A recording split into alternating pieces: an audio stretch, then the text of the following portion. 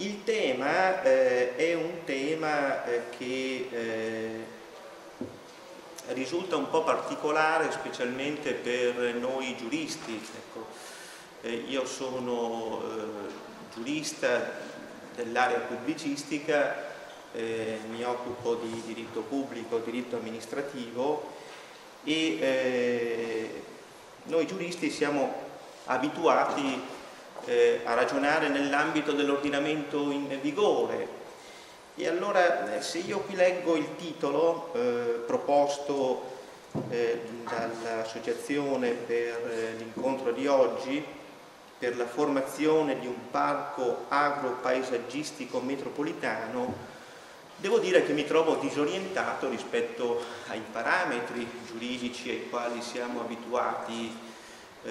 pensando alle aree protette. Ne parlavamo con gli amici studenti proprio la scorsa settimana. Noi abbiamo una legge statale che risale al 1991, che è ritenuta una delle migliori leggi europee in tema di aree protette, ma questa legge statale ci presenta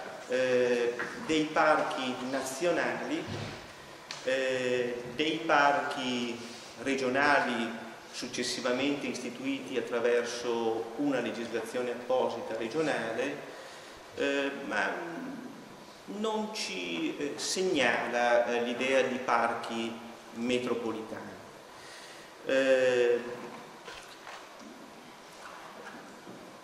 Poi per quanto riguarda l'area metropolitana, siamo anche abituati a pensare, noi giuristi dell'area pubblicistica,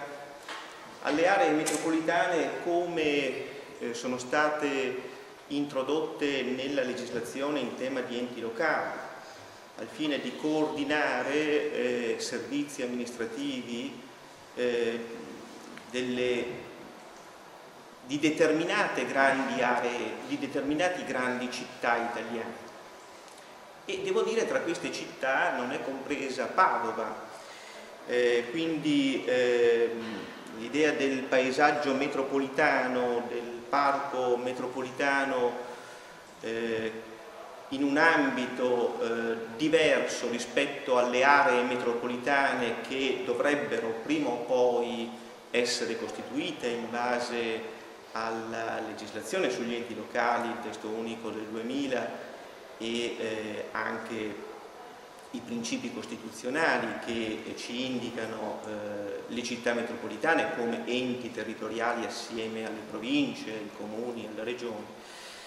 Ebbene, l'idea di ritrovare una sorta di perimetro metropolitano nell'ambito padovano è suggestiva, ma anche questa eccentrica rispetto, diciamo, ai nostri, diciamo, tradizionali parametri. Devo dire che per quanto riguarda il parco paesaggistico metropolitano, inteso forse anche in senso locale, ritrovo una norma che prevede anche parchi locali in una legge della Regione Veneto, numero 40 del 1984, vado a memoria, la legge regionale generale sui parchi, che all'articolo 27, se non erro, prevede anche l'istituzione di parchi locali. Ma vedremo poi se questo è davvero un parco in senso tradizionale. Certamente diciamo è molto suggestiva l'idea che in qualche modo viene coltivata attraverso appunto queste indicazioni. Senza ulteriori indugi, quindi lascerei volentieri la parola ai nostri graditissimi relatori, presidente onorario di Lega Ambiente di Padova Sergio Lironi e l'architetto professore a Venezia presso lo IUAV Viviana Ferrario. per la loro lezione seminale. Grazie. Cercherò di correre anche perché abbiamo un po' troppe diapositive forse. E, diciamo, in premessa cercando di capire un attimo come l'agricoltura sia stata trattata nella pianificazione urbanistica nel secolo scorso. Poi do qualche dato sul Veneto, sulla situazione del paesaggio e dell'urbanizzazione dell'agricoltura nel Veneto, poi interverrà Viviana che vi parlerà più specificamente dello spazio agricolo e del territorio agricolo sempre a livello di scala veneta, e poi ci sarà invece una parte finale che facciamo in coppia, diciamo, sulle finalità del parco, cioè quelle che noi abbiamo individuato dovrebbero essere le principali finalità del parco che pensiamo di costituire, magari anche con una rapida carrellata, se c'è il tempo, su altri parchi, cioè su come sono stati istituiti e che tipo di legislazione hanno utilizzato, diciamo, altre situazioni italiane o estere per i parchi. Quindi velocemente, prima considerazione, l'agricoltura nella pianificazione urbanistica è stata sempre sottoconsiderata, questo lo dicono un po' tutti, ma è una realtà di fatto. Voi sapete che noi abbiamo una legge urbanistica che risale al 42, prima del 42 non esistevano i piani regolatori generali, esistevano solo i programmi di trasformazione urbana all'interno della città storica o i programmi di espansione urbana. Nel 1942 viene fatta la legge urbanistica, che tutto sommato è una legge anche interessante, ben impostata, siamo in periodo di guerra, quindi probabilmente le resistenze, la speculazione urbana in quel momento non era particolarmente insistente, quindi consentì, diciamo, di arrivare alla formulazione di una legge abbastanza organica, quindi si parla di piani regolatori generali. Nei piani regolatori generali si comprende quindi tutto il territorio dovrebbe essere il territorio costruito, ma anche il territorio, diciamo, non costruito, non edificato. In realtà la cultura razionalista di quegli anni diciamo, sottovaluta molto l'aspetto agricolo. Vedremo che a Padova forse questo c'era un accenno nel piano regolatore di Padova in cui invece si dava una certa importanza all'agricoltura. Questo contrariamente a quello che è avvenuto nei secoli, cioè io scorro qui alcune immagini veloci, cioè noi si ha questa immagine della città storica come una città murata, quindi in qualche modo ci si immagina che fino agli inizi del Novecento la città di Padova, in generale le città murate in Italia e in Europa, fossero le città chiuse rispetto alla campagna, questa famosa contrapposizione città-campagna. In realtà, andando a studiare meglio l'economia e la società dell'epoca, ci si accorge che c'era una fortissima permeabilità tra la campagna e la città, cioè in realtà la città viveva fortemente nei suoi rapporti con la campagna, sia dal punto di vista economico ma anche dal punto di vista culturale, ed era, diciamo, sia perché colonizzava in parte la campagna, questo è ripreso da Sante Bortolami, era una mappa che ho rielaborato, insomma si vede come già agli inizi del millennio, del primo millennio, dell'anno 1000, diciamo, Padova, attraverso i 3 grandi monasteri padovani, quelli di Santo Stefano, quello di San Pietro, diciamo, praticamente crea una serie di, chiamiamolo, colonie, cioè in realtà di corti nel territorio, in tutto il territorio attorno a Padova, e che sono strettamente collegate alla vita urbana. E quindi, diciamo, l'agricoltura e tutto il territorio era strettamente connesso, viveva, diciamo, in simbiosi stretta con quella che era la vita urbana. Corti benedettini, naturalmente, poi nei secoli successivi, ma all'interno stesso della città storica, questa è la famosa pianta del Valle del 1700, all'interno stesso della città storica, negli studi che sono stati fatti in occasione, diciamo, di un anniversario della pianta del Valle, ci si accorge, vengono analizzati tutti gli spazi aperti, ci si accorge che esiste una grandissima quantità di spazi aperti, il 42% delle superfici interne alla città, e che grandissima parte di questi spazi erano spazi coltivati, cioè era la vera e propria agricoltura o erano orti urbani. Questo anche per ragioni militari, ovviamente, in caso d'assedio, diciamo, si poteva sopravvivere autoproducendo e consumando, diciamo, i prodotti alimentari prodotti in città. E che cosa succede nel Novecento? Nel Novecento si ha la prima espansione all'esterno delle mura urbane. Il primo piano regolatore di espansione, ancora un piano regolatore generale, è degli anni 30, anzi degli anni 20, viene fortemente contestato. Era un piano regolatore che prevedeva una specie di ragnatela all'esterno della città in cui l'edificato semplicemente usciva dalle mura urbane e invadeva la campagna in modo disordinato.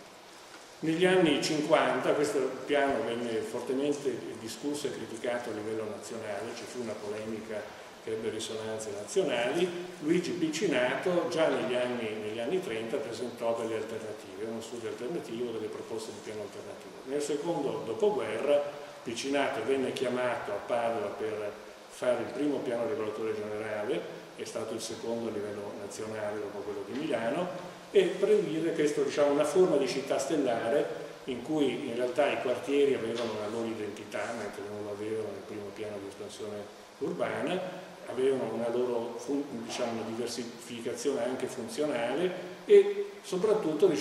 consentivano un ingresso di cunei verdi all'interno dell'edificato. Quindi c'era questa idea di una città che non si espandesse a macchia d'olio, ma di una città che in qualche modo avesse una sua forma e che la campagna potesse in qualche modo interagire, entrare all'interno stesso della città, sia per ragioni alimentari ma anche per ragioni ecologiche.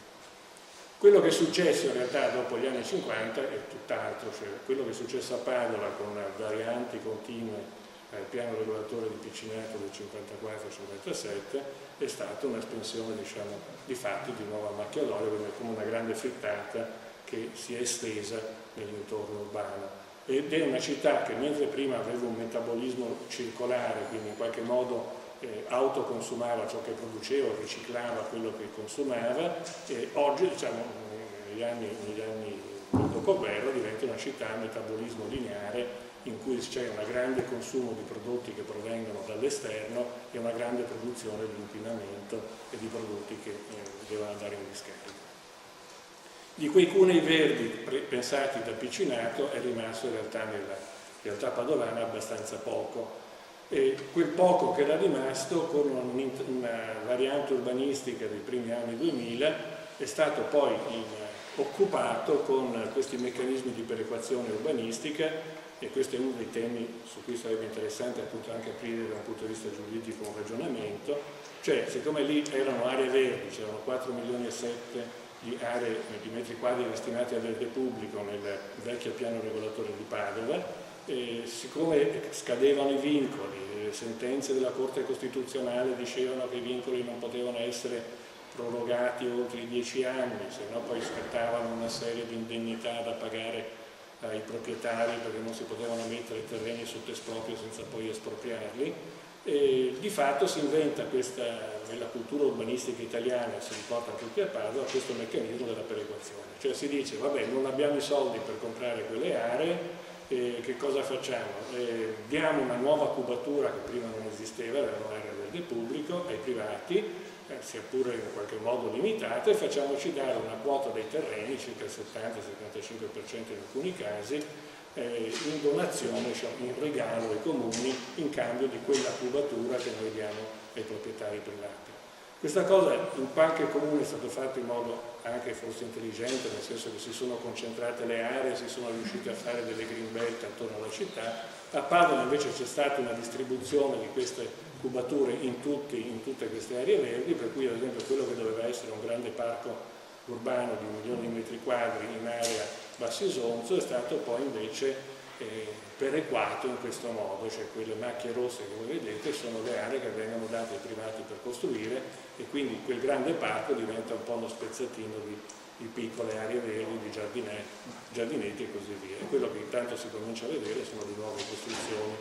Lo stesso avviene in zona Iris, adesso io ho portato qui alcuni esempi, dove c'è tutta una serie di terreni che costituivano una delle alcuni verdi della città, che sono ancora in buona parte coltivati, e dove invece è da qualche anno che i privati portano avanti un'operazione, una richiesta per il momento ancora non accettata, di perequazione urbanistica, quindi costruendone una buona parte e lasciando solo una striscia verde all'interno. Lo stesso avviene in altre parti di città. Questo è un altro cuneo verde che riguarda la parte ovest di Padova, via Pelosa, dove diciamo, si era immaginato a suo tempo, negli anni 80, di fare un parco rurale connesso all'Istituto Benedetto da Norcia, che è un istituto di agraria, e che invece diciamo, anche qui è stato messo diciamo, in perequazione. Questa era la prima ipotesi che venne fatta dal Comune e come vedete poi è stata modificata in parte, ancora non è stata realizzata, e come vedete però anche in questo caso cosa succede? Che quelle aree verdi perdono intanto le caratteristiche agricole e diventano degli spezzoni di verde che difficilmente poi possono essere utilizzati a livello pubblico. Il piano, l'ultimo piano, chiamiamolo regolatore, si chiama adesso piano di assetto del territorio di Padova, approvato nel 2000, adottato, non ancora approvato nel 2009, aggiunge diciamo, altre cubature a quelle già previste dalla variante precedente, cioè praticamente aggiunge ulteriori 2 milioni di metri cubi a 2 milioni e 6 che erano nel vecchio piano, per cui diciamo, siamo ancora nella logica che occorre costruire. E questo è giustificato dal fatto che si prevede che in 10 anni a Padova aumenteranno, gli abitanti di Padova aumenteranno di 24.000 unità.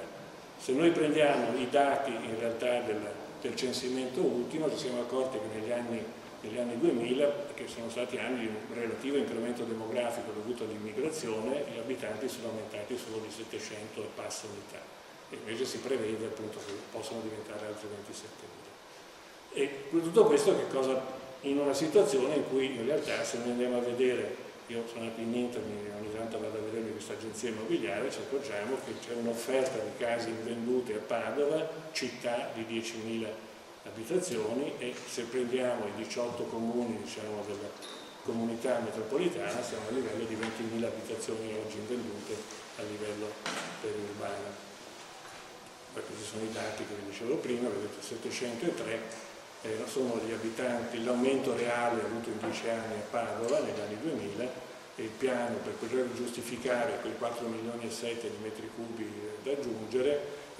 prevede che ci possono essere altri 24.000 rotti abitanti a Padova. Naturalmente questo riguarda l'edilizia residenziale, ma riguarda poi anche i capannoni industriali. Quando siamo in una situazione di molte aree, ad esempio in giro per Padova, facciamo l'esempio della caserma Romagnoli in via Chiesa Nuova, o del campo di Marte delle Ferrovie dello Stato in zona via Palestro, o quest'altra zona diciamo in via Bembo, cioè aree militari completamente ormai dismesse, inutilizzate, lasciate lì in degrado senza nessuna prospettiva. Questo è diciamo, tutta questa cosa ormai è diventata talmente tra virgolette scandalosa che persino la Confindustria, cosa che un tempo inaudita, diciamo, ha pubblicato a proprie spese con la Confartigianato, con Confcommercio, con cooperative, questo annuncio diciamo, colorato sui giornali del Veneto, dicendo basta, insomma, è l'ora di finirla, non si può andare avanti così, qui si stanno distruggendo risorse. Il nuovo modo di pensare l'urbanistica, anche qui corro proprio, diciamo, invece dovrebbe partire da un altro punto di vista, cioè dovremmo rovesciare il paradigma, cioè dovremmo cominciare a pensare che l'urbanistica non deve occuparsi soltanto di case e di cemento, ma dovrebbe occuparsi dell'organizzazione del territorio in cui l'agricoltura svolge un ruolo fondamentale. Questo ragionamento è un ragionamento naturalmente che ci porta a dire che dobbiamo salire di scala. È il problema che accennava prima il professor Malo, cioè che noi dobbiamo, uno dei grossi problemi che noi abbiamo nell'urbanistica italiana è che qui si è sempre pianificato a livello comunale e non si è avuta la capacità di andare a una scala superiore. Per fare un ragionamento ecologico, diciamo di organizzazione seria ecologica dei flussi che attraversano la città, occorre lavorare a scala più vasta. Questo è uno schema che io in qualche modo ho rielaborato di un libro interessante che fu pubblicato qualche anno fa di Enzo Tiezzi, e che appunto dimostra come in realtà la città è un organismo vivente, non è soltanto diciamo, una struttura fisica, e che risente di una serie di flussi che coinvolgono tutto un territorio circostante. Quindi per pianificare, per ragionare sulla programmazione, l'organizzazione, trasformazione del territorio bisogna ragionare a scala vasta e tenendo conto di tutti diciamo, i fattori che interferiscono nella vita, nello sviluppo, nelle trasformazioni urbane. Questa quindi una nuova scala della pianificazione è quantomeno una scala a livello comprensoriale, e un'occasione secondo me mancata è stata il fatto che per la prima volta con la nuova legge urbanistica regionale in qualche modo si sono indirizzati i comuni a pianificare quantomeno la scala di comprensorio, quindi nel nostro caso a livello di 18 comuni. È stata un'occasione secondo me mancata, perché in quel piano che è stato fatto, il cosiddetto PATI, piano di assetto territoriale internazionale, intercomunale, in quel piano sono stati affrontati una serie di tematismi, quindi le localizzazioni industriali piuttosto che le infrastrutture, la viabilità, tutta una serie di temi che però hanno escluso invece un tema fondamentale in un ragionamento ecologico, che è quello dell'agricoltura, così come quello dell'edilizia residenziale, che sono stati lasciati ai comuni. Quindi quel piano ha previsto comunque nuove espansioni di esercizi commerciali e produttivi, con indici di non sostenibilità, cioè voi sapete che oggi in base alla legge ogni piano urbanistico deve avere una valutazione ambientale strategica, cosiddetta VAS, che ne dimostri la sostenibilità. Se noi andiamo a leggerci il rapporto ambientale connesso con il PATI di Padova, ci accorgiamo, cosa che io ho denunciato, che il piano non è sostenibile, nel senso che poi vengono fuori dai numeri stessi del piano che per i nuovi insediamenti produttivi industriali previsti le emissioni di CO2, di gas climalteranti, aumenteranno del 23-45%. Se poi andiamo a vedere tutte le previsioni di nuove infrastrutture viarie che ci sono in quel piano, che sono notevoli, compreso il grande raccordo anulare e la camminabile per Venezia, ci accorgiamo che è previsto ancora un incremento del 40% delle emissioni di CO2 e del 19% delle emissioni di PM10. Quindi secondo me questo dimostra che questo piano non è sostenibile, e nella relazione invece si dice che il piano è sostenibile perché se non fosse stata prevista, come il piano prevede, una seconda linea tranviaria, le emissioni di CO2 per il traffico sarebbero aumentate del 44%. Avendo previsto una seconda linea tranviaria, invece del 44 siamo scesi al 40, quindi vuol dire che è sostenibile. Qua mi pare una tesi abbastanza peregrina di fronte al fatto che noi avremo un impegno con la comunità internazionale di diminuire per il 2020 del 20% le emissioni, non di ridurre le maggiori emissioni che prevediamo nel piano. Ecco, io vado velocemente un po' a chiudere su questa parte. Questo a scala intercomunale in realtà c'era stato un progetto di piano territoriale interessante nel 95 della provincia, che aveva cominciato a ragionare sulla concentrazione degli interventi in 7 nuclei satelliti attorno a Padova, che avrebbe consentito la formazione di una grande anello verde, una green belt attorno al centro di Padova. Purtroppo quel piano territoriale provinciale del 95 è stato poi abbandonato, è cambiata l'amministrazione, è cambiato l'assessore, è stato praticamente adottato e non mai approvato, è stato rifatto un nuovo piano e quell'idea è venuta a mancare. È un'idea che invece secondo me andrebbe ripresa, ma con un concetto esteso, nel senso che non dovremmo immaginare secondo me delle città satelliti dormitorio, come spesso succede in questi, ma dovremmo pensare a delle città satelliti, cioè dei nuclei esterni che abbiano una qualità urbana al proprio interno. Cioè, e qui io faccio un rapporto con gli organismi viventi, c'è un organismo biologico, un organismo che è sì specializzato, quindi ognuno di questi nuclei di questa città, che diventa una città policentrica, deve avere una sua specializzazione che lo identifica, ma poi deve avere al proprio interno tutta una serie di qualità che ne diano valenza, importanza e vivibilità per la popolazione. Questo significa ad esempio ragionare poi su grandi infrastrutture verdi che dovrebbero essere l'ossatura del nuovo piano paesaggistico, di una nuova pianificazione ambientale, e qui nel Veneto abbiamo la fortuna di avere una serie di assi fluviali, di fiumi, canali, bacini molto interessanti, che possono ricostituire dei punti di riferimento importanti per una ricomposizione paesaggistica del territorio, così come hanno fatto, e qui sono gli esempi classici, sono anche l'Hampshire Park, la Ruhr, che era uno dei territori più inquinati d'Europa, e più densamente abitati, riqualificando questo fiume Emscher che scorre attraverso il bacino della Ruhr. Una volta era una fogna a cielo aperto, oggi un canale assolutamente disinquinato, ha creato un parco, un grandissimo parco, e ha cambiato anche l'economia in realtà del territorio. Cioè lì c'è stata la grande crisi delle industrie siderurgiche e delle miniere che hanno cominciato a chiudere una dietro l'altra. Quei terreni sono stati acquistati a prezzo politico dalle amministrazioni locali e trasformati poi in risorse per nuove economie, soprattutto nelle risorse rinnovabili, nelle tecnologie innovative. Studi di questo genere partendo dai fiumi, ci sono ad esempio anche in Toscana. Partendo dai fiumi si può immaginare un ridisegno del paesaggio, dell'ambiente, dell'ecologia interessante, esteso poi a tutte le campagne circostanti.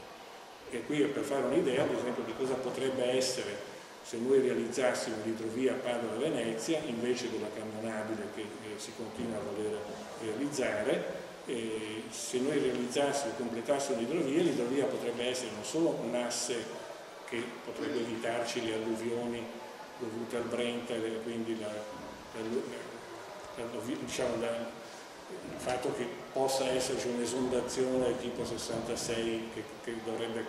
praticamente prenderebbe tutta la zona industriale di Padova e parte dell'Arciello. Quindi questa sarebbe un'opera di grande interesse e necessità anche dal punto di vista del rischio idraulico. Potrebbe diventare una via di trasporto e potrebbe diventare anche un asse ecologico di ricostruzione del paesaggio e di connessione tra Padova e Venezia. Tutto questo in un ragionamento però in cui noi dobbiamo cominciare molecola per molecola a ricomporre il territorio, e l'agricoltura potrebbe essere uno di questi fattori che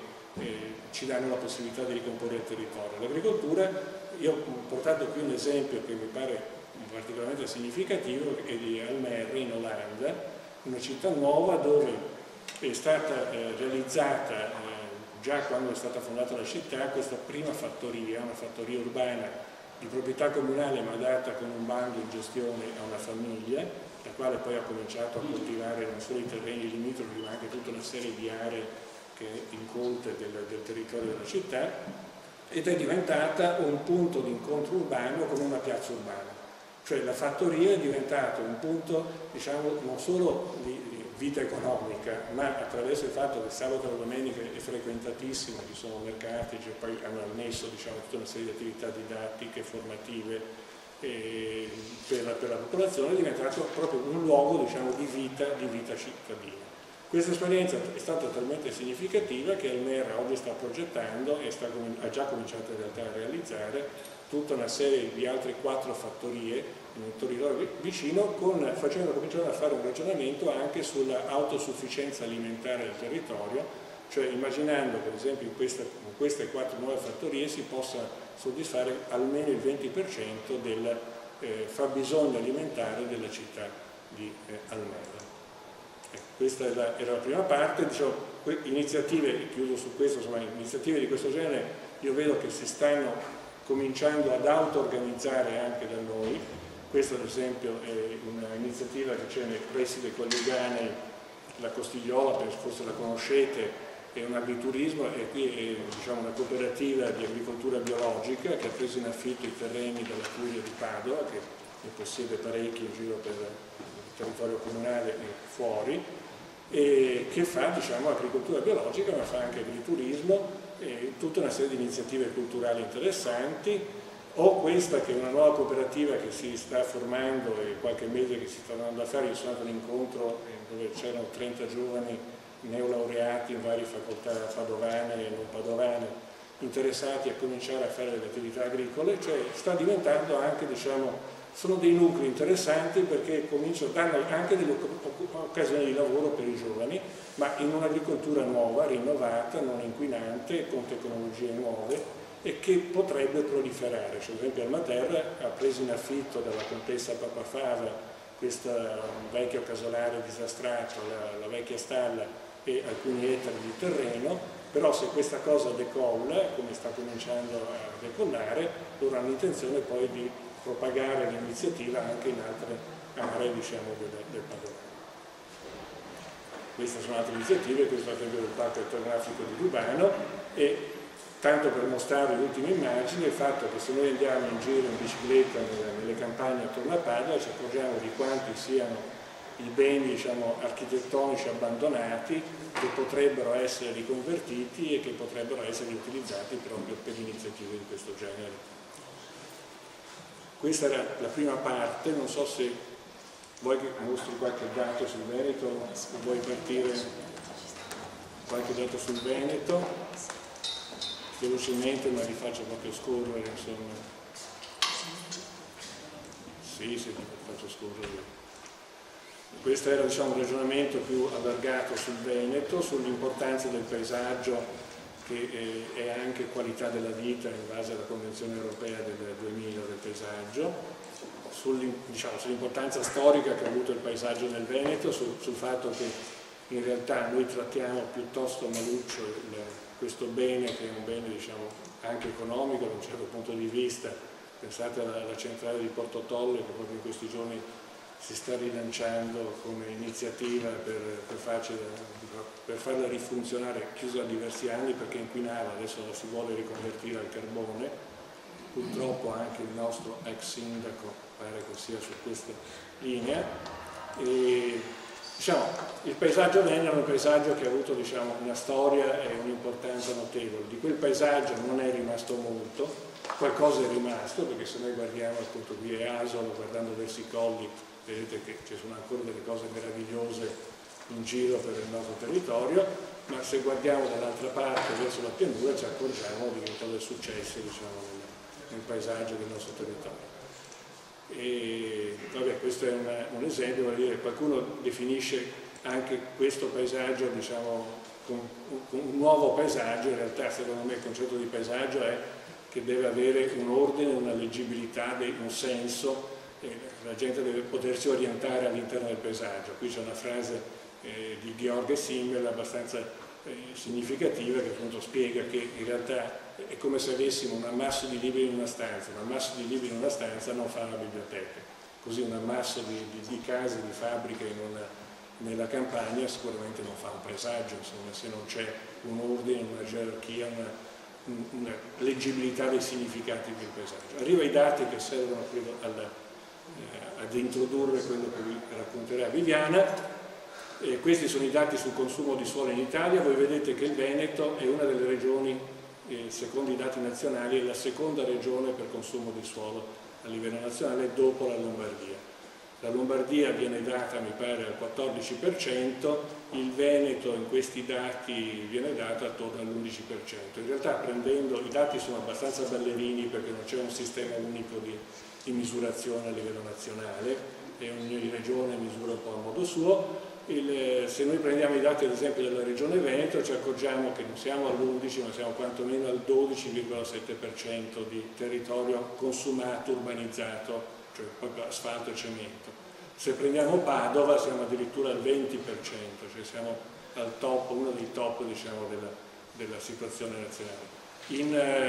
Il consumo di suolo è stato mi pare, qui siamo al 2012, è stato tra l'83 e il 2006, quindi siamo in 23 anni, è stato nell'ordine dei 28.000, nel Veneto dei 28.000 ettari. Ecco, tenete conto che questi è proprio consumo, diciamo, vuol dire territorio trasformato in asfalto e cemento. In realtà, da un punto di vista agricolo, questo si è decuplicato. Per dirvi che il Veneto in realtà nell'ultimo decennio ha superato come incremento la Lombardia, adesso ve li mostro molto velocemente, insomma, ma se noi guardiamo il dato del Veneto ci accorgiamo che in 20 anni vedete che siamo a una diminuzione della superficie agricola totale, della cosiddetta SAT, di 279.000 ettari. Vuol dire 10 volte tanto quello che è stato il territorio consumato. Questo ci dice che abbiamo anche consumato male, cioè invece di concentrare abbiamo disperso, disperdendo, facendo infrastrutture, case dappertutto. Questo ha distrutto le attività agricole. Ha distrutto le attività agricole e quindi 10 volte tanto il terreno che abbiamo cementificato. Questo però da un altro punto di vista di lettura può essere un dato interessante, perché ci dice anche che probabilmente c'è una quantità enorme di territorio che avrebbe ancora, diciamo, delle proprietà di fertilità agricola, di utilizzabilità agricola, che è stato abbandonato. È stato abbandonato appunto perché magari vicino alla città si è in attesa speculativa che venga trasformato in territorio edificabile, o perché attualmente, diciamo, le grandi aziende agricole non hanno l'interesse di coltivare piccoli appezzamenti. Però questo ci dice che c'è una grande quantità di territorio agricolo che è stato abbandonato e che forse potrebbe ritornare, diciamo, alle attività agricole. Questo mi pare un dato interessante per i ragionamenti che poi faremo dopo. Ecco, io poi lascio, vi sono dati, io vi lascio poi questo PowerPoint, sono i dati sulla che cosa significa questo in termini di impronta ecologica. Noi abbiamo un'impronta ecologica assolutamente insostenibile nel Veneto, abbiamo un deficit e naturalmente questo significa che stiamo sfruttando risorse di altri paesi o stiamo sfruttando le risorse dei nostri nipoti, insomma, li stiamo consumando oggi. In termini di edilizia c'è stata questa grande crisi edilizia, che qualcuno spiega soltanto come fattore finanziario. In realtà la crisi edilizia è dovuta anche a questioni quantitative. Se noi abbiamo prodotto una quantità di fabbricati, di capannoni industriali, 164 milioni di metri cubi di capannoni industriali negli anni 2000, e di edilizia residenziale, quasi 150 milioni di metri cubi di edilizia residenziale, che sono sproporzionati rispetto al fabbisogno reale, perché la popolazione in quei 10 anni è aumentata di 429.000 abitanti. Con quei 150 milioni di metri cubi potevamo ospitare, in realtà, dati gli standard urbanistici, quasi 1 milione di nuovi abitanti. Tenete conto che l'ultimo censimento ci dice che la popolazione del Veneto con la crisi sta cominciando a diminuire, quindi è finita l'incremento demografico e stiamo diminuendo come popolazione. Ecco, io mi fermerei qui e lascerei la parola a Viviana. Mi sentite? Meglio così? Sì. Dicevo, facciamo un passo indietro e proviamo ad osservare questo fenomeno dell'urbanizzazione, in cui abbiamo avuto alcuni dati grazie alle parole dell'architetto Lironi, diciamo nel corso degli ultimi 50 anni, quelli dei quali appunto questa urbanizzazione si è manifestata. Queste due carte rappresentano quella di sinistra, l'Europa illuminata di notte, che con buona approssimazione si può considerare simile ad una carta dell'urbanizzazione dell'Europa, facendo, diciamo, un'analogia tra le parti illuminate che corrispondono a quelle urbane del territorio e quelle non illuminate che corrispondono a quelle rurali, e sulla destra invece, rappresentata nello stesso modo, la carta dell'urbanizzazione del Veneto. E qui non sono due luci che ci danno il dato, ma è proprio la carta dell'uso del suolo regionale del 2009, quindi è un dato, diciamo, scientificamente provato, se così si può dire. Quindi vedete come la forma di questa urbanizzazione del Veneto sia particolare, sia caratterizzata sì dalla presenza di alcuni centri più densi, che corrispondono alle città capoluogo di provincia, sia invece e che in qualche modo sono simili a questi gruppi di nuclei che si vedono in altre parti dell'Europa, ma ci sia una sorta di tessuto insediativo disperso che collega questi centri e che lo fa assomigliare il Veneto ad altre aree, la pianura padana, la zona dei Paesi Bassi, che hanno una caratteristica diversa, cioè quella di essere caratterizzati da un modello insediativo disperso. Il Veneto è una delle aree di dispersione insediativa più consistenti d'Europa, più significative d'Europa, e come tale è stata anche molto studiata dagli urbanisti, ovviamente. Questo processo di dispersione insediativa corrisponde ad una crescita economica e sociale che coinvolge il territorio veneto nella seconda metà del Novecento in maniera piuttosto appunto diffusa e che interessa tutta la popolazione. Tanto che il Veneto passa dagli anni 50, quando era considerata una delle regioni più depresse d'Italia, agli anni 80, in cui invece il Veneto emerge come quella che veniva chiamata la locomotiva d'Italia. A questo processo economico e sociale corrisponde appunto una urbanizzazione dispersa, come dicevamo, che si manifesta, se scendiamo di scala come in queste immagini, in questo modo, cioè appunto attraverso una densificazione di insediamenti preesistenti che cambia il volto della regione. Ovviamente l'espansione urbana si verifica sopra i territori agricoli. Ora, gli urbanisti hanno studiato questo fenomeno fin dagli anni 70. Si sono accorti che il processo di espansione delle città, che altrove, in altre regioni d'Italia, in altre regioni d'Europa, avveniva appunto per espansione a macchia d'olio, ci si accorge invece che nel Veneto e in altre regioni il fenomeno è differente ed è appunto un fenomeno di densificazione di strutture preesistenti che funziona per accumulazione, quindi non per grandi espansioni ma per piccoli interventi che un po' alla volta modificano complessivamente l'intera regione. Tutta l'attenzione degli urbanisti è stata però concentrata proprio sulla parte urbanizzata, sulla parte che si urbanizzava e sui materiali urbani del territorio. Molta meno attenzione è stata dedicata invece alla parte agricola, cioè al supporto che ha in qualche modo ospitato questa urbanizzazione, fino ad arrivare ad una condizione molto particolare, che è piuttosto diversa rispetto alla semplice crescita della città, ad una condizione in cui la parte urbanizzata del territorio e quella ancora agricola e coltivata convivono fianco a fianco, intrecciate tra di loro. Questa immagine vi dà l'idea di come possano essere intrecciate fortemente tra di loro queste due componenti del territorio, che in alcuni punti si diradano e in altri si densificano, come per esempio in questo caso. Tanto che c'è stato un momento storico che è durato fino a pochi anni fa, fino appunto alla crisi, diciamo nel 2008, in cui alcuni studiosi, penso ad Aldo Bonomi, uno tra tutti, sosteneva che il Veneto aveva come prospettiva, forse anche desiderabile, quella di arrivare ad assomigliare ad una metropoli orizzontale, come per esempio Los Angeles. Los Angeles è la classica metropoli orizzontale americana che ha fatto da modello, si può dire in un certo senso, a certi ragionamenti sul Veneto. Se però noi osserviamo questi due territori che hanno effettivamente delle analogie, e non sto qui a dilungarmi su quali, se non altro la vicinanza al mare e la dimensione complessiva dell'area geografica interessata, ci rendiamo conto che c'è una differenza sostanziale, oltre ovviamente al fatto che il numero di milioni di abitanti che ci interessa è completamente diverso, visto che loro sono 10 milioni, noi siamo 2 milioni. Ecco, quindi siamo su due ordini di grandezza completamente differenti. Ma la cosa che è interessante è che in realtà la nostra regione, pur essendo urbanizzata e presentando dei caratteri metropolitani che per certi versi potrebbero essere assimilati a quelli di una metropoli grande come quella di Los Angeles, di fatto la nostra regione contiene lo spazio agricolo e lo contiene in grande quantità. Lo spazio agricolo coltivato che è contenuto nell'area centrale veneta, che potremmo considerare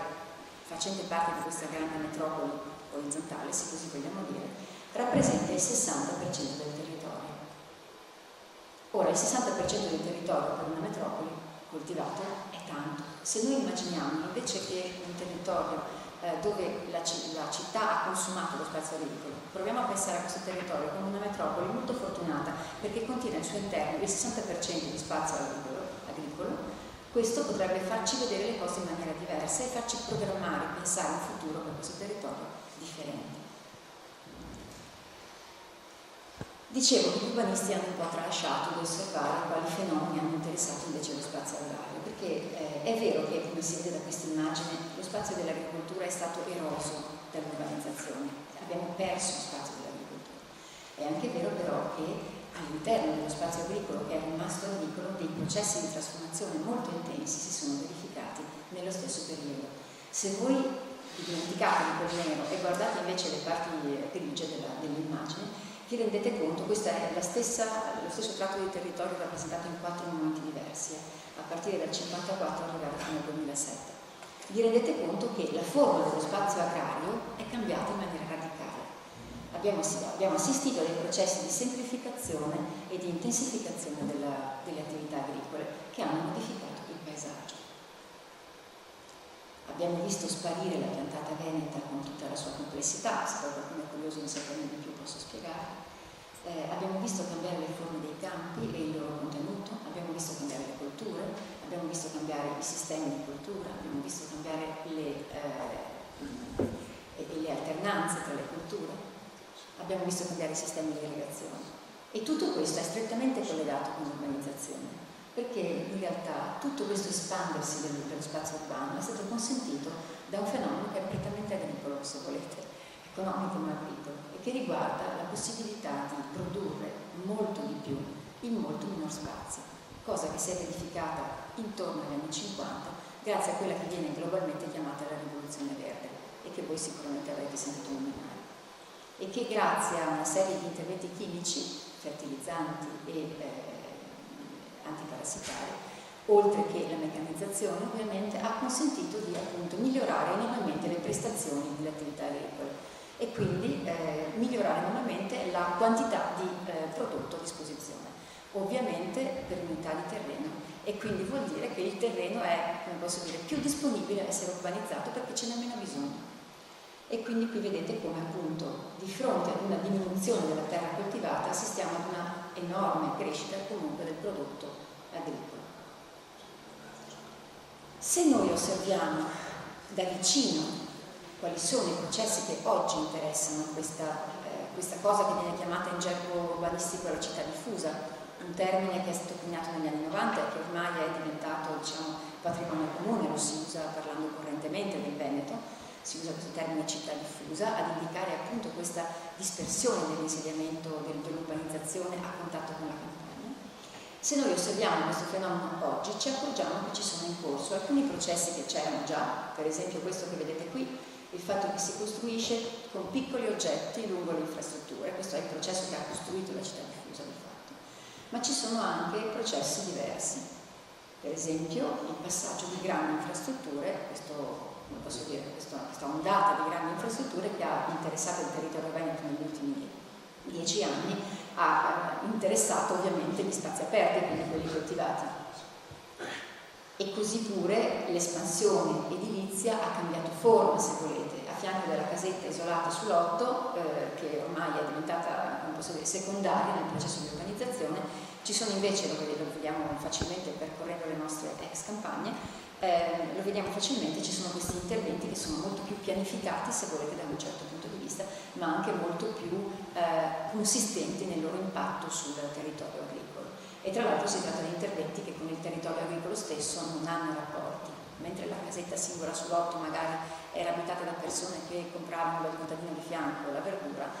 qui diventa molto più difficile entrare in contatto con una campagna che si allontana sempre di più, che viene proprio esclusa dal ragionamento urbanistico.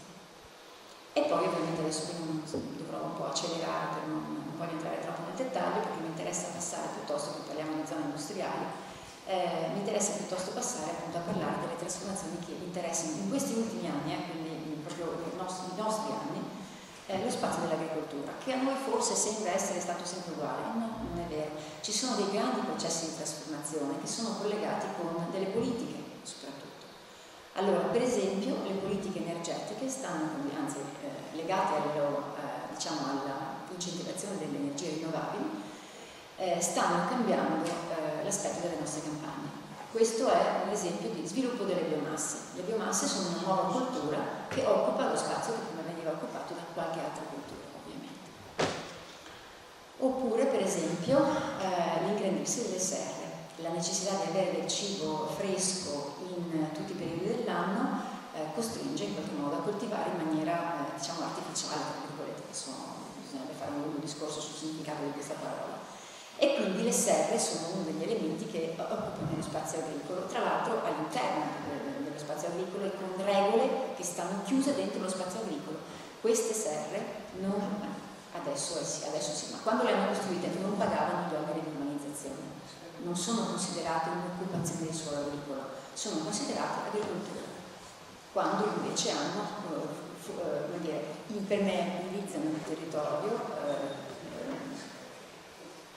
impermeabilizzano il suolo tanto quanto un'urbanizzazione industriale. E per finire un altro esempio di grossa trasformazione che interessa lo spazio agricolo dentro, almeno si potrebbe discutere, ma dentro le meccaniche dell'agricoltura, dentro le attività agricole, e sempre legato alle energie rinnovabili, è per esempio lo sviluppo degli impianti di biogas collegati con gli allevamenti bovini di solito, ma non solo. Allora, qui vedete l'immagine di questa azienda che si ingrandisce e impianta il suo impianto di biogas, che vedete facilmente riconoscibile perché prevede la presenza di questi grossi serbatoi, e tutti molte di queste trasformazioni, non solo quelle interessano lo spazio agrario dentro le meccaniche dell'agricoltura, generano dei conflitti. Per cui noi ci troviamo di fatto in una situazione che è sempre più conflittuale. Non sono solo io che lo dico, è una cosa riconosciuta anche in letteratura, ci sono una serie di studiosi, geografi, demografi, urbanisti che si sono occupati di questi temi, cioè della conflittualità crescente che riguarda non solo il territorio veneto ma in generale l'Europa e che è collegata con le trasformazioni del territorio. Ora, questo da un lato fa ben sperare perché significa che la gente si interessa a quello che succede intorno a dove abita, intorno a sé. E d'altra parte però fa anche capire che forse questi processi di trasformazione sono arrivati ad un livello che non è più sopportabile, che non è più facilmente sopportabile, che comincia a disturbare veramente la vita collettiva. Giusto così una piccola notazione, questi sono gli impianti di biogas approvati a partire dal 2005 nella regione Veneto. Le stelle, allora i cerchietti sono quelli approvati, le stelle sono quelli che hanno avuto o hanno tuttora in corso un processo, diciamo un conflitto che può manifestarsi in molti modi, spesso è semplicemente un comitato contro, a volte sono proprio cause legali, insomma, che vengono portate avanti davanti ai tribunali. E questi sono i modi con i quali si esprime questa protesta, utilizzando lo stesso supporto territoriale per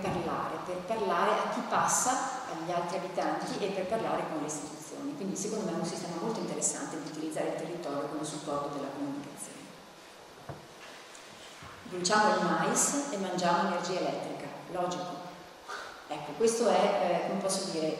un'evoluzione della protesta che non è più soltanto legata al not in my backyard, questo refrain che ormai sentiamo dire da molto tempo e che non soddisfa più gli studiosi finalmente. Si sono resi conto che dietro questo not in my backyard ci sono delle cose molto più complesse che hanno a che vedere anche con una crescita culturale della popolazione che si informa. Per esempio in questo caso il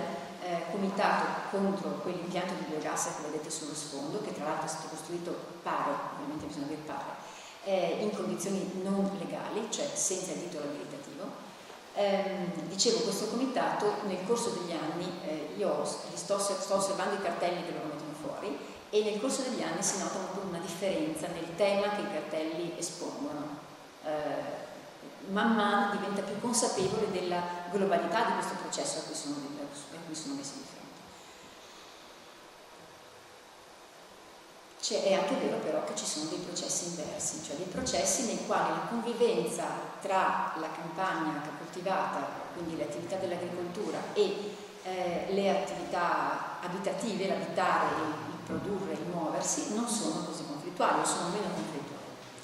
E questa conflittualità, questa minor conflittualità è, come posso dire, resa possibile dalla stessa condizione di intreccio tra spazio dell'agricoltura e spazio urbano che dall'altro lato genera conflittualità. Quindi noi ci troviamo di fronte ad una forma urbana dispersa in mezzo alle aree coltivate o viceversa, le aree coltivate disperse in mezzo a questa metropoli che stiamo cercando di immaginare, in cui questa condizione di mescolanza genera conflitti ma genera anche opportunità. Ora adesso guardiamo le opportunità. Qui abbiamo raccolto una serie di dati su l'avvicinamento tra lo scambio diretto tra le aree agricole e la loro produzione e invece gli abitanti che abitano in questa metropoli dispersa. E ci rendiamo conto che un po' dappertutto all'interno di quella che appunto chiamiamo città diffusa ci sono queste occasioni di scambio, gruppi di acquisto solidale, mercati a chilometro zero, ristoranti a chilometro zero, orti sociali, litro di latte a chilometro zero in azienda, insomma una serie di distributori di latte crudo, una serie di iniziative che vengono un po' dal basso e un po' sono dirette dall'alto, che testimoniano questo desiderio degli abitanti e degli agricoltori di comunicare, di scambiare tra di loro. Ovviamente lo scambio è reso molto più semplice dal fatto che c'è un'estrema prossimità tra questi due mondi, che altrove è resa molto più difficile perché magari, appunto, penso al caso di Los Angeles, visto che l'abbiamo già citato, Los Angeles sta cominciando a preoccuparsi per il suo approvvigionamento alimentare, perché la regione agricola fertile che la città ha occupato non c'è più e quindi tutto il cibo deve essere importato. Anzi, le metropoli del mondo si stanno preoccupando di questo aspetto, le metropoli del mondo che non contengono il 60% del territorio agricolo coltivato. Io quasi quasi mi fermo qui. Avrei altre, ma forse sì, perché avrei delle altre slide, ma casomai io lo riprendiamo. Allora passiamo all'ultima parte. Tutto questo ragionamento che riguarda il Veneto centrale è per introdurre questa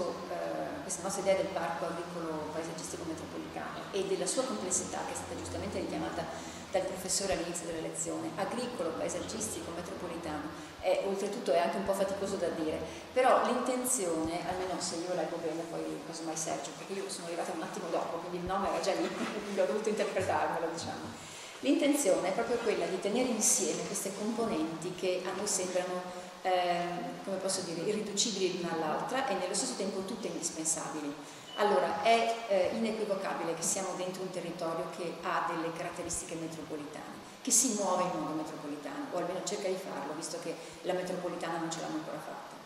la SFMR.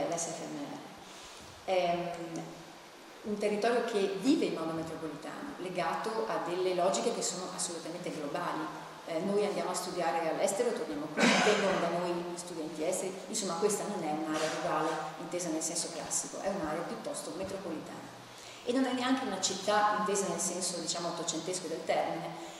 comprende delle città ottocentesche, se volete. Padova al suo interno è una città consolidata, medievale, ottocentesca, ma il problema è che questa è una città nuova, una forma di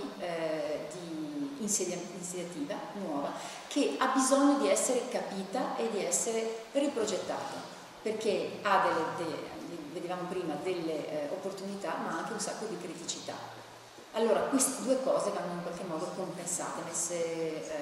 sulla bilancia insieme, e di fronte a una condizione come questa l'unica maniera è cercare di progettare qualche cos'altro, nel senso di progettare qualche cos'altro partendo dalle componenti che abbiamo. Le componenti che abbiamo sono queste: al parco, poi parliamo magari della parola parco, agricolo, paesaggistico, metropolitano, il paesaggio, lo spazio dell'agricoltura e questa metropoli un po' informe che dobbiamo gestire in relazione agli altri due componenti. Sì, questa è l'ultima parte, diceva giustamente Viviana che sottolineava come ci siano conflitti nel territorio, in ogni parte del territorio veneto. C'è chi ha fatto una mappa dei conflitti, credo che sia in internet, circola, ed è veramente una mappa densa. Il problema che noi ci siamo posti, in realtà io sto parlando in questo momento come ambientalista e quindi come Lega Ambiente, siamo partiti da questa questione del consumo del territorio e del paesaggio. Ci siamo connessi con questo movimento nazionale che è più di un anno che si è formato di Salviamo il Paesaggio, che ha chiesto il censimento dello sfitto, dei terreni abbandonati, cercando appunto di porre un freno a tutto questo. Voi sapete che a livello governativo c'era stato anche un progetto di legge del ministro Catania, ministro dell'Agricoltura Catania, che poi in realtà era stato presentato troppo tardi per poter avere, diciamo, un vero iter parlamentare. E ci sono anche affermazioni di vari governatori, anche soprattutto del Veneto, che ha fatto una serie di pulci a quel progetto di legge, cercando di essere addirittura più avanzati di quello che proponeva il decreto Catania. Però di fatto poi, al di là delle dichiarazioni o delle interviste sulla stampa, poco si è fatto. Quello che noi abbiamo cercato di fare è di collegare questo movimento che si è creato a livello nazionale, che raccoglie decine e decine di associazioni di vario tipo, con una proposta in positivo, cioè superare appunto quel complesso NIMBY della difesa del mio particolare, ma invece per cui c'è questo fronte del no, qualsiasi cosa non si può fare, quindi ci si oppone perché c'è la tangenziale, ci si oppone perché c'è il biogas, ci si oppone, cercando invece di ragionare in positivo e di arrivare alle amministrazioni e agli enti locali con delle proposte positive, realizzabili in qualche modo. Ed è stata questa l'idea che ha sostanziato questo ragionamento sul parco. Parco, accennava prima la Viviana, è un termine discusso. Quando ci siamo presentati alle associazioni degli agricoltori, almeno ad alcune delle associazioni che aderiscono, hanno aderito poi al manifesto per il parco, quindi alla Confagricoltura, con diretti, alla CIA, Confederazione Italiana Agricoltori, all'AIAB, Agricoltura Biologica, ha suscitato un po' di perplessità, perché si legge generalmente il parco come sinonimo di vincoli. E allora alcuni di questi hanno detto: ma questo cosa significa? Volete mettere degli altri vincoli? Già adesso l'agricoltura nel Veneto, più in generale l'agricoltura in Italia, ha grossi problemi anche di tipo economico e voi volete arrivare con gli altri vincoli. No, il concetto invece era proprio quello del superamento, cioè era quello del proporre di una valorizzazione dei prodotti agricoli. Cioè noi siamo convinti che ad esempio nel territorio metropolitano, periurbano eccetera, non sia possibile quell'agricoltura industrializzata che appunto ha abbandonato questi territori, ma sia invece possibile mettere in piedi un'agricoltura di qualità, un'agricoltura che recupera le tradizioni, un'agricoltura che si valorizza anche col territorio. Cioè, raccontava una volta, mi ricordo Cacciari in un'intervista, dice ma ad esempio il successo del Chianti è perché quando qualcuno compra il Chianti in giro per il mondo immagina di bere un sorso di Toscana, cioè in mente il paesaggio della Toscana. Allora il concetto è proprio questo, cioè anche una trasformazione dell'agricoltura metropolitana valorizzando gli aspetti anche paesaggistici di questo territorio e dando anche un prodotto che sia di qualità, che abbia una certificazione, un marchio di qualità. Questo era il concetto quindi non era quello di dire il parco delle Dolomiti o il parco della Lessinia per cui si mettono dei vincoli alle trasformazioni eccetera. Non è quello dei vincoli, ma è quello invece degli indirizzi, degli orientamenti e della valorizzazione delle tradizioni e degli aspetti anche del territorio. E ne accenno velocemente, poneva il problema mi pare il professore Malo prima, cioè in realtà di parchi agricoli dagli anni 90 ad oggi in Europa ne sono sorti parecchi e hanno anche percorsi e storie diverse da un punto di vista istituzionale e giuridico. Ad esempio io ho fatto qui una breve carrellata che mi mostra tanto per accennare alle diversità e al fatto che è un ragionamento aperto questo su come costruire un parco, istituire un parco nel nostro territorio. Ad esempio, un'esperienza molto significativa fu questa del Grüngürtel, della cintura verde di Francoforte. Ed era lì partito, fu il cavallo di battaglia dei socialisti nel 90, quando vissero le elezioni comunali a Francoforte, cioè quella di costituire appunto queste green belt, questa Grüngürtel attorno al territorio, ma non pensata come un'area di zone naturalistiche da conservare, ma inglobando all'interno della cintura verde proprio le attività agricole. Quindi riprende un po' quella che è l'immagine inglese soprattutto delle green belt, però la integra con gli aspetti agricoli. Una seconda esperienza di cui è venuto a narrarci qui anche un professore di geografia, Paco Muñez di Barcellona, molto interessante e che ha fatto scuola un po' in tutta Europa, è questo ad esempio del parco del Llobregat, che è questo fiume che scorre ad ovest di Barcellona. Era una zona agricola che però cominciava ad essere invasa da insediamenti industriali, addirittura mi pare da un progetto di nuovo casino che si doveva installare, si doveva insediare in quella zona. Questo qui sono stati gli agricoltori che si sono coalizzati per difendere il proprio territorio. Hanno costituito un consorzio e hanno imposto poi la costituzione nel corso degli anni di un vero e proprio parco, la valorizzazione dei prodotti di quel territorio e tra l'altro questo è diventato quindi un parco che ha una grande rinomanza, ormai è diventato anche un meta di turismo da parte di molti spagnoli ed è diventato un modello per la ripianificazione di tutto il territorio metropolitano di Barcellona. In Italia abbiamo questa esperienza che parte anche negli anni 90, in questo caso con una legge regionale della regione Lombardia, è un grandissimo parco, è un parco che prende tutta la zona sud, la Lombardia in realtà poi ha tutta una serie di parchi anche nelle altre parti del territorio, ma prende tutta la zona sud di Milano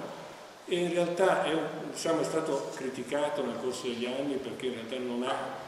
sortito grandissimi effetti per molti anni, però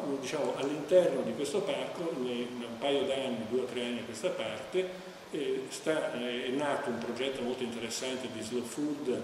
del Politecnico di Milano e in connessione anche con l'Expo del 2015 che si terrà a Milano proprio sui temi dell'agricoltura, per una riconversione di quelle attività, perché in questo parco la gran parte delle aziende erano aziende di tipo abbastanza tradizionale, di tipo industriale. Ecco, qui si è avviato invece un processo di riconversione graduale di una serie di aziende al biologico e di filiere corte, di costruzione di mercati di prossimità per Milano, con questo progetto che è appunto il progetto Nutrire Milano in vista del 2015 come esemplarità. Altre filosofie di parchi, questo è un altro parco, sempre siamo in Lombardia, in questo caso vedete che invece prevale l'aspetto paesaggistico. Qui c'è un'area diciamo di pianura ma anche un'area collinare con delle viti che aveva diciamo un valore storico di grande interesse, come potrebbe essere quella dei colli trevigiani o degli asolani, e quindi qui si fa un piano, diciamo, è un parco che mette in risalto diciamo, l'agricoltura, ma soprattutto gli aspetti diciamo, di valorizzazione del paesaggio che possono essere connessi all'agricoltura. Altra esperienza che è partita in questi anni è questa di Bologna. Qui sono in questo caso invece l'iniziativa parte da 4 comuni da Bologna, da 3 comuni vicini a Bologna, con la collaborazione della provincia. In questo caso si tratta di un territorio agricolo che è rimasto tale e si tratta soprattutto di valorizzarne la fruibilità da parte dei cittadini, quindi si è puntato sul creare alcune centralità all'interno di questo territorio e una serie di percorsi ciclabili che ne consentono diciamo, la fruizione da parte della popolazione urbana.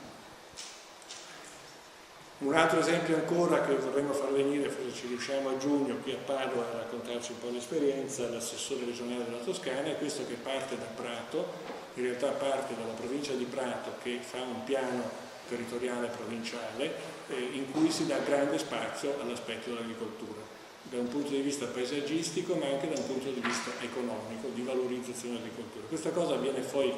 assorbita in un progetto più ampio a livello regionale e viene istituito questo parco agricolo della Piana, quindi parte dalla provincia di Prato ma poi diventa diciamo, un progetto regionale che si traduce in una serie di disegni in un'area fortemente degradata, che siamo nella piana dell'Arno, diciamo a ovest di Firenze, dove c'è una serie di insediamenti industriali, quindi un territorio molto degradato da un punto di vista paesaggistico e c'è un progetto di riqualificazione. Qui viene ad esempio incentivato e la Regione ha messo a disposizione dei fondi e ha sollecitato i comuni a presentare dei progetti che fossero coerenti con gli indirizzi generali del piano e ha già fatto una graduatoria e ha già assegnato diciamo, i primi fondi per la realizzazione di questi progetti. Qui siamo sempre nel territorio Osca, questo è un altro parco diciamo, realizzato a Ferrara. Ecco, qui il parco di Ferrara ha più le caratteristiche del parco urbano, quindi è un'estensione diciamo, all'esterno delle mura ferraresi di questo parco Nord Giorgio Bassani, che è una grande area dove hanno fatto un grande lago e poi con dei percorsi che arrivano fino al Po e c'è tutta una campagna che stanno cercando di integrare in questo paesaggio diciamo, al nord di Ferrara. Arrivando a noi. Forse aggiungo, sì. C'è un altro esempio abbastanza interessante francese in questo caso che è il parco de la Deule, che ha preso anche il premio per il paesaggio, il premio europeo per il paesaggio nel 2009 e che tiene insieme un po' diciamo questi due aspetti, cioè quello paesaggistico, più probabilmente paesaggistico, di sistemazione dei terreni abbandonati dall'agricoltura che diventano proprio una specie di parco urbano, anche se è in realtà all'esterno della città, con la presenza di alcune aziende agricole che si chiamano appunto le ferme du parc, cioè le aziende del parco proprio, che sono collegate tra di loro da una sorta di disciplinare e che offrono i loro servizi ai visitatori del parco, pur senza essere, quindi in questo caso si tratta di un parco che non è perimetrato, non ha un perimetro, ma si compone di oggetti che possono essere appunto o fisici, quindi degli spazi che possono essere percorsi, oppure delle aziende che partecipano a questo progetto collettivo. Ecco, arrivando a noi diciamo il problema è aperto, quali sono innanzitutto i confini del parco e come arrivare alla costituzione del parco. Una prima ipotesi su cui abbiamo cercato di ragionare con alcuni comuni, ad esempio con Padova, Noventa Padovana, Rubano, in parte anche con Ponte San Nicolò, e con la provincia è quello di dire avete fatto un PATIC, un piano di assetto territoriale intercomunale dei 18 comuni, non avete considerato l'agricoltura, si può immaginare diciamo, una variante al PATIC che affronti i temi dell'agricoltura. Quindi un primo metodo, diciamo, una prima via giuridica percorribile potrebbe essere questa, cioè quella di un'integrazione variante al piano di assetto territoriale intercomunale fatto dai 18 comuni della comunità metropolitana padovana. Una seconda ipotesi invece è quella che abbiamo anche cercato di praticare con la Regione Veneto, cioè quella dell'inserire tra i progetti strategici della Regione Veneto il parco metropolitano.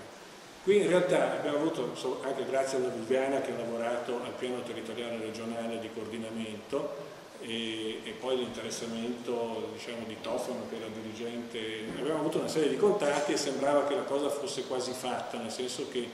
mi pareva che fosse accolta l'idea. Il problema è che sono uscite in questi giorni le nuove norme della variante al piano territoriale regionale. In realtà la Regione ha deciso di non fare come prima, cioè non ha più messo già tra le norme i progetti strategici regionali, prima ce n'erano una quindicina mi pare, li ha cancellati tutti e ha messo soltanto il concetto e ha detto che i comuni, gli enti locali si devono fare avanti e chiedere loro alla Regione di fare questi progetti, diciamo, copianificati tra la Regione, la provincia e i comuni interessati. Quindi la partita si riapre, nel senso che bisognerà a questo punto trovare un capofila per presentare alla Regione questa proposta, diciamo, di istituzione di un parco e di un piano ambientale connesso all'istituzione del parco. E questa cosa potrebbe anche funzionare, diciamo, con un ragionamento sul paesaggio, cioè nella variante di piano territoriale sono stati rivisti gli ambiti del paesaggio e di fatto non è stato fatto un vero piano paesaggistico dentro il piano territoriale, cosa che altre regioni invece hanno fatto. Le altre regioni in genere hanno prima fatto il piano paesaggistico e poi hanno fatto il piano territoriale, perché il paesaggio dovrebbe essere quello che dà le direttive e gli orientamenti per tutte le altre localizzazioni. Nel Veneto invece si sono fatte prima tutte le altre localizzazioni e poi si è detto il piano paesaggistico lo facciamo dopo. Ecco, questa cosa adesso, la variante che è stata fatta ha diciamo, formalmente una valenza paesaggistica, però di fatto i veri piani paesaggistici sono rinviati a questi piani, diciamo, regionali d'ambito e quindi sono in divenire. Allora un ragionamento potrebbe proprio essere questo, diciamo, di farsi avanti con la Regione sul piano del paesaggio. Tra l'altro la Regione in febbraio ha fatto, diciamo, un decreto istitutivo di una rete regionale degli osservatori del paesaggio e ce ne sono costituiti già 6, di fatto però veramente funzionanti, credo che siano 3 o 4 forse, e poi dice a tutti gli altri comuni, dice fatevi anche in questo caso avanti, ci vuole anche qui un capofila, perché il piano paesaggistico non può comprendere un solo comune, e proponeteci la costituzione di un osservatorio del paesaggio. Qui si apre un ragionamento per noi molto interessante, perché gli osservatori del paesaggio nell'esperienza europea sono, diciamo, tipo quelli in Spagna o in Gran Bretagna, dove c'è tutta una tradizione, diciamo, sono soprattutto, diciamo, delle strutture dove la partecipazione è un fatto fondamentale, cioè si recupera quel concetto della Convenzione europea per cui la popolazione è una componente fondamentale della progettazione paesaggistica. Quindi negli osservatori, diciamo, devono esserci dei meccanismi partecipativi e la costruzione del piano deve essere fatta con meccanismi partecipativi. Su questo forse la Viviana, che ha fatto, diciamo, anche l'esperienza, mi pare, di canale di Brenta, poi l'ho vista da vicino. L'hai vista da vicino, diciamo, forse lì c'è stato un tentativo proprio di far partecipare, anche se, diciamo, stretto nel tempo, cioè non è in modo continuativo, di far partecipare la popolazione alla costruzione di un piano paesaggistico. Forse aggiungo una piccola cosa tra piano paesaggistico, o meglio piani paesaggistici d'ambito, come si chiameranno quelli futuri, e osservatori locali. Sono due strade che adesso sulla carta sono alternative. Nel senso che diciamo, i piani paesaggistici d'ambito dovrebbe essere la regione che li redige, mentre gli osservatori, come avete visto, la regione fa una sorta di regia, però in realtà sono gli enti locali o comunque associazioni locali che si muovono bottom up e vanno a proporre questo osservatorio e devono anche gestirselo, appunto, perché la regione si limita a fare regia. L'ideale sarebbe riuscire a mettere insieme le due cose, perché allora l'osservatorio non parlo solo del nostro caso del Parco Agricolo Paesaggistico Metropolitano di Padova, parlo in generale, cioè se osservatorio o osservatori e piano paesaggistico riuscissero a lavorare insieme, si avrebbe la garanzia che il processo di partecipazione fatto per costruire il piano sia reale, perché voi sapete come funzionano i processi di partecipazione formali che vengono legati a queste forme di pianificazione, sono sempre appunto molto solo formali e riescono a incidere molto poco sulle scelte effettive del piano. Ora, credo che più che un piano paesaggistico non ce ne sia un altro che richiede veramente nel profondo la partecipazione pubblica, perché voi sapete che la Convenzione Europea nel 2000, ratificata in Italia nel 2006, ha dichiarato, al di là di quello che dice il codice, poi qui si potrebbe aprire una parentesi se c'è il tempo, che il paesaggio è quella parte del territorio così come percepita dalle popolazioni. Ora, le popolazioni con una definizione del genere hanno un ruolo che diventa veramente determinante. Oltretutto, va bene, la Convenzione Europea è un po', come posso dire, sommaria nella sua definizione, perché noi sappiamo che popolazione è un termine molto generico, che in realtà sta a rappresentare una pletora di soggetti che possono avere delle idee molto diverse tra di loro e addirittura conflittuali. Quindi l'obiettivo dell'osservatorio dovrebbe essere proprio quello di mettere davanti a un tavolo che contiene i problemi, questi diversi soggetti e farli parlare tra di loro. Questa dovrebbe essere la partecipazione, non soltanto il presentare il piano ai cittadini. Ecco, quindi io credo che veramente bisognerebbe puntare, e in questo momento non vedo grandi prospettive in regione, ma bisognerebbe puntare ad avere due processi che procedono contemporanei di pianificazione paesaggistica e di costruzione degli osservatori. Quindi dicevo, se decollasse questa ipotesi, naturalmente dovremmo parlare non solo di un piano che comprende i comuni limitrofi a Padova, ma di un piano che in qualche modo si connette con quello del Graticolato Romano, che tra l'altro ha già un gruppo di lavoro per diciamo, un parco specifico del Graticolato Romano, che forse il segno più caratteristico, più interessante in Italia rimasto diciamo, dall'epoca romana, e naturalmente al Medio Brenta e ai Colli Euganei, quindi potremmo diciamo, immaginare un parco che si connette strettamente diciamo, alle aree di grande interesse sia storico-ambientale che dal punto di vista naturalistico. Scusa, aggiungo una cosa, se ve lo immaginate, adesso non abbiamo una carta appropriata, ma se ve lo immaginate, questo parco di cui stiamo parlando in realtà comincia a interessare 2/3 di quell'area metropolitana di cui parlavamo prima. Allora vedete che a un certo punto si esce quasi dal concetto di parco e si arriva invece al concetto di progettare una metropoli completamente diversa, cioè il cui cuore, il cui interesse principale è proprio quello paesaggistico, agricolo. Capite che potenzialmente questa cosa è una grande rivoluzione sostanzialmente, cioè pensare a un parco che lavora su mezza regione è una cosa che cambia il punto di vista. Ecco, arrivando alle finalità, che adesso vi riassumiamo un po' velocemente, il primo concetto è questo, cioè noi abbiamo immaginato questo ragionamento del parco non come una cosa in divenire, cioè noi andiamo avanti con questa contrattazione con gli enti locali, con la provincia, con i comuni, appunto con la regione, cercando che questo diventi, diciamo, abbia anche una istituzionalizzazione, ma al di là del fatto appunto che questa istituzionalizzazione avvenga e dei tempi che normalmente sono abbastanza medio-lunghi diciamo, per questi processi, il concetto era quello di riuscire a mettere in campo una serie di azioni da subito, cioè riuscire dentro a questo quadro di riferimento a mettere diciamo, in cantiere dei progetti realizzabili subito. E abbiamo immaginato, adesso qui sinteticamente, diciamo, che le finalità del parco possano essere queste le abbiamo immaginate noi, ma queste finalità dovrebbero, a nostro avviso vedremo, essere ridiscusse all'interno di un processo partecipativo tipo quello di Agenda 21.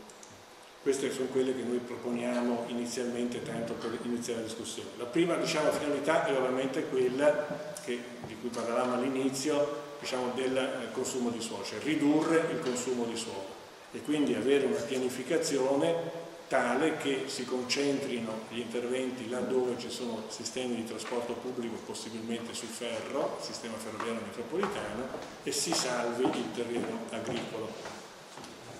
Questo richiede naturalmente una serie di leggi specifiche a livello regionale, richiede una revisione dei piani regolatori e dei piani dei PAT comunali, richiede un ridimensionamento delle stesse previsioni dei piani attualmente esistenti, insomma, e un vero e proprio piano ambientale. Dentro a questo primo obiettivo però, ripeto, al di là degli aspetti appunto pianificatori di medio e lungo periodo, o di rivendicazione, diciamo, nei confronti degli enti locali della regione, ci stanno azioni concrete che sono ad esempio questa della difesa di quello che è rimasto. Una, diciamo, situazione molto significativa è questa che c'è in zona industriale. Questa è, diciamo, una casa con un terreno agricolo che non è stato, la zona industriale non riuscì ad espropriare per l'opposizione della famiglia Pagnine che abita in quella casa, e che è diventato, diciamo, che era stato poi destinato a verde pubblico all'interno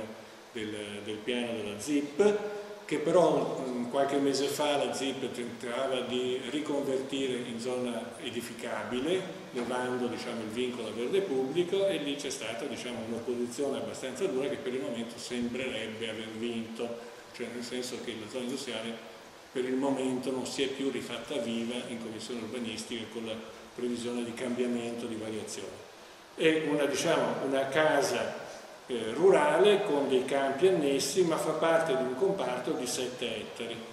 che il presidente della ZIP voleva riconvertire. Questa famiglia, in realtà una parte della famiglia, perché qualche componente della famiglia aveva venduto la sua quota alla zona industriale, ma altri invece non l'hanno venduta, ha conservato le attività in quel luogo, ma quel luogo è diventato un luogo di ricostruzione della memoria di un territorio più vasto, cioè lì ormai si fanno iniziative tutto l'anno e si, diciamo, documenta tutta la storia piuttosto travagliata degli espropri avvenuti negli anni 50-60 per la zona industriale, e si fa anche un'attività di orti urbani. Non solo, ma si è ad esempio scoperto, quando è crollata c'era una superfettazione qui appoggiata alla casa, quando è crollata quella superfettazione si è scoperto che questa non era una casa rurale da nulla, era in realtà una palazzina del 1600 di grande valore storico, come forse lo erano anche le palazzine abbattute lì vicino, perché lì nella via Gramogni c'era tutta una serie di palazzine che la zona industriale aveva comprato, espropriato e poi demolito. E quindi, ripeto, è diventato un punto, si è costituito questo circolo WICMAM, è diventato un punto di attività molto interessanti, diciamo, per riscoprire la storia e la memoria di un territorio. Altre battaglie, adesso lo accenno velocemente, che stiamo facendo sempre in territori agricoli sono contro i centri commerciali. Qui abbiamo anche la solidarietà delle associazioni commercianti. Sono nuovi centri commerciali che sono stati programmati e sono in discussione in provincia in questi giorni. Uno, diciamo, vicino al Cataio, proprio di fronte al Cataio, sono 290 metri, diciamo, di centro commerciale, di fronte alla Villa Dolfino, cioè delle ville di grande valore storico e ambientale che erano tra l'altro connesse ad attività agricole e sono in parte ancora connesse ad attività agricole. Questa è la Villa Dolfino. Altro esempio, diciamo, di contestazione è questa ad Abano, dove di fronte a questa villa, la Villa Mocenigo, che era un luogo, non era soltanto la villa, ma era, diciamo, una serie di fabbricati e di essiccatoi, perché lì c'era una famiglia veneziana che aveva dal 400 in qua coltivato il tabacco, aveva una serie di campi e attività agricole connesse, si va a piazzare un centro commerciale. Secondo punto, diciamo, corro un poco, vista l'ora. Secondo punto, naturalmente uno degli obiettivi fondamentali del parco è quello di incrementare la biodiversità e quindi la rete ecologica, quindi habitat per specie diverse di animali, di flora e così via, integrazione degli ambienti naturalistici con le aree agricole. Questo perché in realtà nel PATI erano state individuate alcune zone, diciamo, chiamate rete ecologica. In realtà, se voi vedete, non costituiscono una vera rete, sono delle macchie di verde disseminate laddove ancora, diciamo, il territorio in qualche modo si è preservato, ha ancora delle valenze naturalistiche importanti, soprattutto in connessione con gli ambiti diciamo, dei bacini idrografici. Ecco, se riconvertendo l'agricoltura con un lavoro, diciamo, sulle siepi, le alberate e così via, ecco che diverrebbe possibile dar vita a una vera e propria rete ecologica, cioè un intervento sull'agricoltura, sulle attività agricole, consentirebbe di connettere quelle macchie di verde che oggi di fatto non costituiscono una rete ecologica. Tra l'altro, diciamo, è interessante perché quantomeno vedete che già nel PATI quantomeno erano individuate 10 aree connesse ai bacini idrografici che hanno una valenza naturalistica ma che hanno anche annesse, diciamo, aree agricole di un certo interesse paesaggistico. Questa ad esempio è una delle più classiche del fiume Terbola a nord-est di Padova. Terzo punto, sicurezza e sovranità alimentare. Questo significa appunto,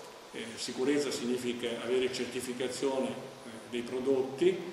qualità dei prodotti, ma anche poi sovranità significa puntare al fatto che si possa nel territorio metropolitano riuscire ad coprire una quota significativa dell'alimentazione urbana, diciamo, con prodotti locali senza doverli importare, quindi riducendo l'impronta ecologica.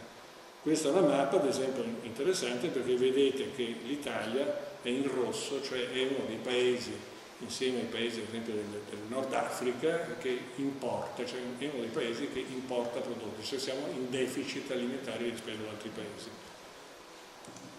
E la rivoluzione verde di cui vi parlava prima Viviana si è dimostrato un fallimento, che in realtà la rivoluzione verde doveva servire ad alimentare tutto il mondo con queste, diciamo, nuove tecnologie e questi nuovi fertilizzanti. In realtà l'effetto della rivoluzione verde è stato quello di distruggere le economie rurali di gran parte dei paesi del terzo mondo, perché sono state distrutte dalle importazioni o degli aiuti alimentari che sono avvenuti quando c'era la sovrapproduzione in Canada e negli Stati Uniti di prodotti alimentari, che hanno distrutto le economie locali e quindi hanno reso dipendenti e hanno, diciamo, incrementato la fame nel mondo piuttosto che eliminarla. Sì, devo aggiungere una piccola cosa, non dimentichiamoci che questi processi agricoli di carattere industriale hanno anche consumato la fertilità del suolo, cioè noi oggi abbiamo ereditato rispetto agli anni 50 un suolo che è molto meno fertile rispetto a quello dei nostri nonni, quindi questo è un altro degli effetti negativi appunto della rivoluzione verde. Quarto punto, vado veloce, insomma, anche qui naturalmente significa ricambiare, diciamo, con un processo graduale l'agricoltura e ritornare, diciamo, a un'agricoltura più sostenibile, meno inquinante, compatibile con la residenza, perché come sottolineava Viviana prima, tante volte questi campi vengono abbandonati perché le attività agricole erano, diciamo, inquinanti rispetto ai residenti e quindi c'erano, diciamo, proteste dai vicini perché si spargevano prodotti fertilizzanti, diserbanti. Questo, diciamo, un potenziamento quindi della multifunzionalità dell'agricoltura. L'agricoltura, adesso vi riassumo molto velocemente, può avere, diciamo, molti aspetti interessanti. Diciamo, questo è un concetto che è entrato poi anche nelle politiche agricole comunitarie, insomma, cioè oggi l'agricoltura, oltre all'aspetto del produttivo alimentare, può avere delle valenze interessanti su tutta una serie di altri fronti, quindi da quello, diciamo, dei servizi alla collettività attraverso l'agriturismo, fattorie didattiche, attività varie, diciamo, di tipo economico, attraverso la tutela del territorio, quindi contro il rischio idraulico, perché questo può consentire, diciamo, l'assorbimento delle piogge abbondanti, nuovi canali distributivi, insomma, tutto, diciamo, è un ragionamento complessivo che naturalmente coinvolge una trasformazione, sia pure graduale, di tutti i meccanismi agricoli. Tra l'altro nella nostra realtà padovana abbiamo, diciamo, una facoltà di agraria, spero che sia la prima in Italia costituita storicamente la facoltà di agraria di Padova, se non sbaglio, ma abbiamo comunque attualmente una facoltà agripolis di grande interesse, diciamo, che può dare un supporto tecnico e innovativo molto interessante. Abbiamo due istituti, tra l'altro in zona periurbana, il Duca degli Abruzzi e il Benedetto da Norcia, diciamo, che già adesso in qualche modo interagiscono con la popolazione, hanno al proprio interno delle stalle, un bellissimo parco, il Benedetto da Norcia. Quinto punto, la possibilità appunto che l'agricoltura dia nuove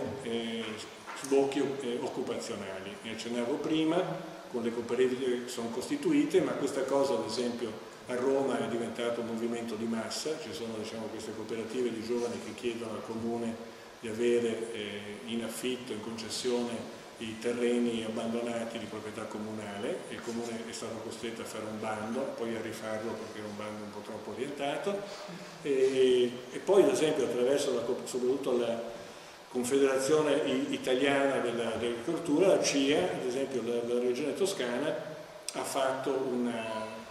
legge che si chiama la Banca della Terra per fare un censimento di tutti i terreni non utilizzati, sottoutilizzati, sia pubblici che privati, da poter assegnare a cooperative di giovani che praticano soprattutto agricoltura biologica. Una cosa di questo genere potrà anzi partire con tempi abbastanza rapidi a Padova, se ne sta già ragionando ormai da qualche mese col settore verde del comune di Padova, cioè quei terreni che vengono ceduti in perequazione, ad esempio nel Bassisonzo, sono terreni che erano destinati a parco pubblico, il comune ha deciso che non ha i soldi per farci un parco pubblico e quindi ha deciso che farà un bando, sta predisponendo un bando per assegnarli a una cooperativa che possa, un'azienda che possa fare agricoltura biologica e gestire in contemporanea anche gli spazi aperti al pubblico del parco circostante. Quindi qui ci sono previsti, ci sono già 2 case, una dove ci sono già i finanziamenti per fare un parco dell'agricoltura tradizionale padovana, e un'altra casa che dovrebbe essere destinata a centro di accoglienza per l'azienda, ad abitazione per chi gestirà il parco, appunto di ristoro, di vendita di prodotti biologici. Dovrebbe diventare un po' quel modello, se volete un po' più in piccolo, ma quel modello di Almer che abbiamo visto prima in Olanda. Questa cosa dovrebbe decollare a breve nel Bassisonzo, ma in altre situazioni si presenta una situazione molto simile. Qui siamo ad esempio tra la Brentella e il Bacchiglione, anche qui è stato adottato un piano di perequazione con i privati che dovranno cedere 21 ettari al comune. Anche qui il comune ha già deciso che quei 21 ettari verranno destinati a parco agricolo, quindi anche qui si potrà riprodurre quell'esperienza di fattoria urbana in zona periurbana. Questo è quello che vi accennavo prima della Banca della Terra fatta dalla Regione Toscana. Non esiste ancora il regolamento, è una legge abbastanza recente, ma il concetto è quello di censire e dare in comodato gratuito in concessione i terreni pubblici non utilizzati, ma anche quello di fare come ente pubblico, come regione, da intermediario con i privati che hanno terreni che non utilizzano. Una cosa del genere, non so se ne siete a conoscenza, l'ha attivata anche nella Regione Veneto attraverso sempre la CIA, l'Istituto delle Ville Venete. L'Istituto delle Ville Venete nei giorni scorsi ha mandato una lettera a tutti i proprietari delle ville venete chiedendo che se hanno attorno alle ville dei terreni non utilizzati di fare una convenzione con garanzia della Regione, entra anche la Regione in questa partita, per assegnarli per la coltivazione biologica a cooperative di giovani. Quindi sono iniziative che si stanno in qualche modo diffondendo e cominciano anche a concretizzarsi. Sesto punto, paesaggio e qualità dell'abitare. Come accennava sempre prima la Viviana, naturalmente qui si comincia a ragionare non di una campagna nel senso tradizionale, ma di una campagna abitata, quindi è praticamente una parte della città, una parte abitare della città, e quindi la qualità e i servizi all'interno di questi territori devono essere di alta qualità proprio per offrire anche una possibilità di vita paragonabile a quello di chi abita in centro urbano.